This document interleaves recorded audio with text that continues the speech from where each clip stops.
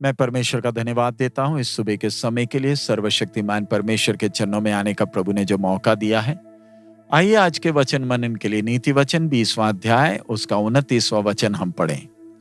जवानों का गौरव उनका बल है, परंतु बूढ़ों की शोभा उनके पके बाल हैं।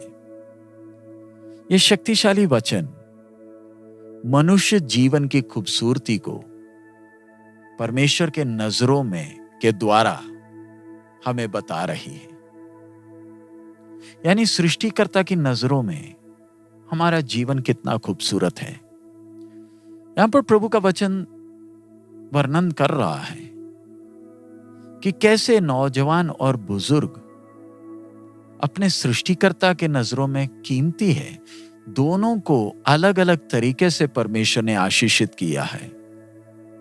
संसार जब एक व्यक्ति को कमजोर देखती है तो उनके नजर में वो बेकार है, कोई लाभ का नहीं। लेकिन सृष्टिकर्ता की नजर में बेशक एक व्यक्ति कमजोर है तो भी आखिरी दम तक वो सृष्टिकर्ता की नजर में खूबसूरत है।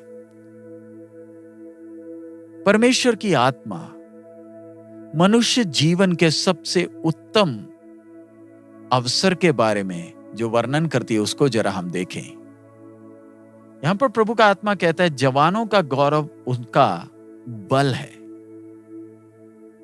उनकी खूबसूरती नहीं है। संसार कैसे करती है, बाहर की खूबसूरती को महत्व देती है, लेकिन परमेश्वर बल को महिमा देती है। और यह महिमा थोड़ी समय का है, और इस थोड़े समय में एक ने अपने जीवन को भविष्य के लिए बनाना है। वो इस बल को परमेश्वर की महिमा के लिए इस्तेमाल कर सकता है। और इधर हम देखते हैं कैसे परमेश्वर का वचन मनुष्य के जीवन को घास के फूल के साथ तुलना करता है। थोड़ी देर के लिए वो खूबसूरत दिखता है और उसकी खूबसूरती उसकी महिमा है जिसके विषय में वो गर्व करता है। बेशक ये खूबसूरती थोड़ी देर का है। ये फूल अपने खूबसूरती के द्वारा सृष्टिकर्ता की महिमा करता है।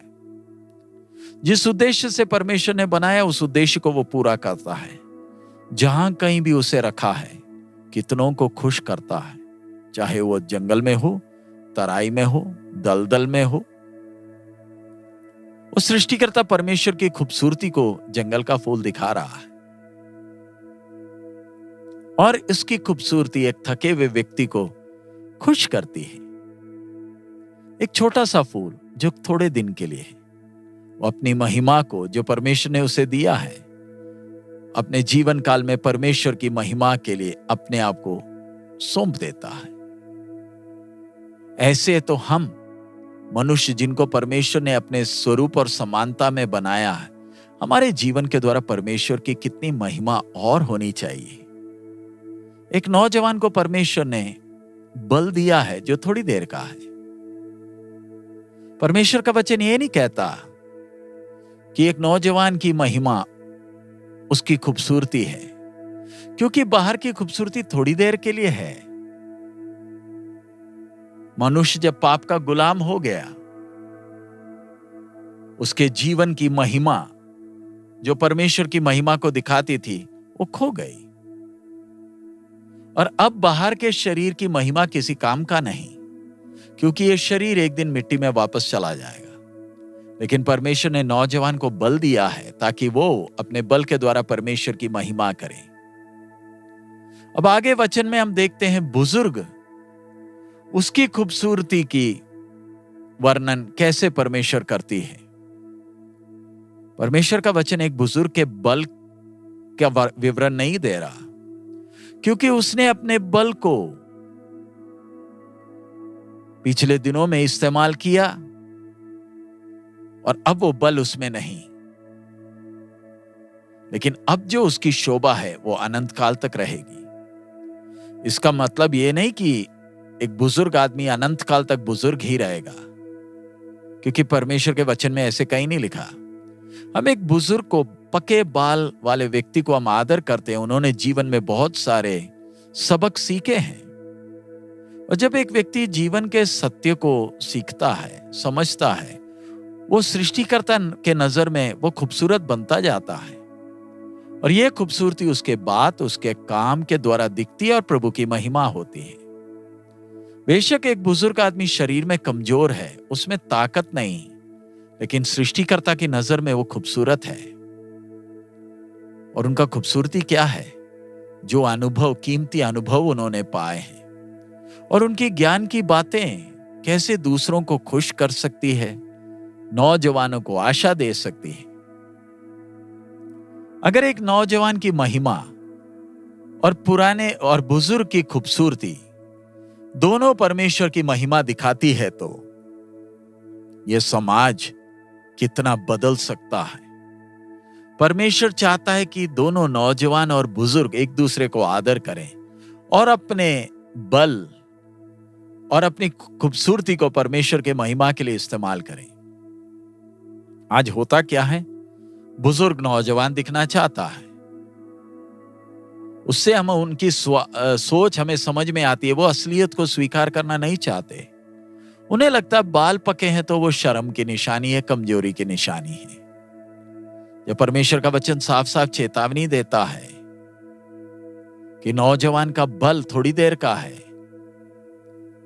हम चाहते ये बल अनंत काल तक रहे। यह मनुष्य जीवन के सिद्धांत के ठीक विपरीत है। इसलिए परमेश्वर ने अपने वचन में कहा है कि एक बुजुर्ग के पके बाल उसकी खूबसूरती है।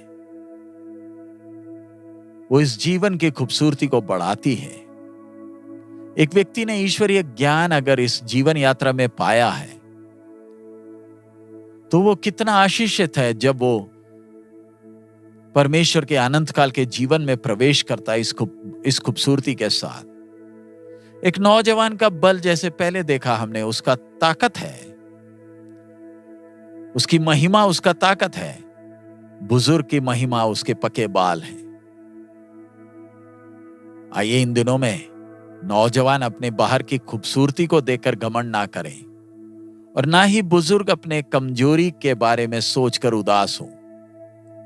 लेकिन आइए हमें प्रभु ने दी हुई खूबियों को, जहां कहीं प्रभु ने हमें रखा है, प्रभु पर आसरा करते हुए परमेश्वर की महिमा के लिए इस्तेमाल करें। नौजवान अपने बल को परमेश्वर की महिमा के लिए इस्तेमाल करें और प्रभु की महिमा को अपने जीवन के द्वारा प्रकट करें। आइए हम दुनिया की व्यर्थ चीजों के पीछे ना भागें। हमारा इस पृथ्वी पर का जीवन थोड़ी देर का है, हमें अनंत काल के लिए तैयार होना है।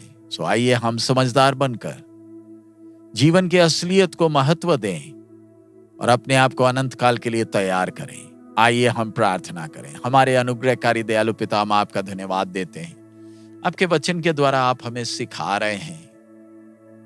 आपके उपदेश के लिए धन्यवाद प्रभु। दुनिया जैसे चलती वैसे नहीं, वरन आपने हमें जहां कहीं रखा, जो कोई खूबी हमें दी है, चाहे हम नौजवान हो चाहे बुजुर्ग हो, प्रभु आप पर भरोसा कर आपके वचन के अनुसार आपके नाम के महिमा के लिए जीने के लिए हमें सहायता कर प्रभु। उसके लिए हमें ज्ञान दे, दुनिया को देखकर चलने के लिए नहीं, वरन आपकी इच्छा के अनुसार आपके महिमा के लिए जीने के लिए हमें मदद कर, ताकि दूसरे हमारे जीवन के द्वारा आपको देखकर आकर्षित हो।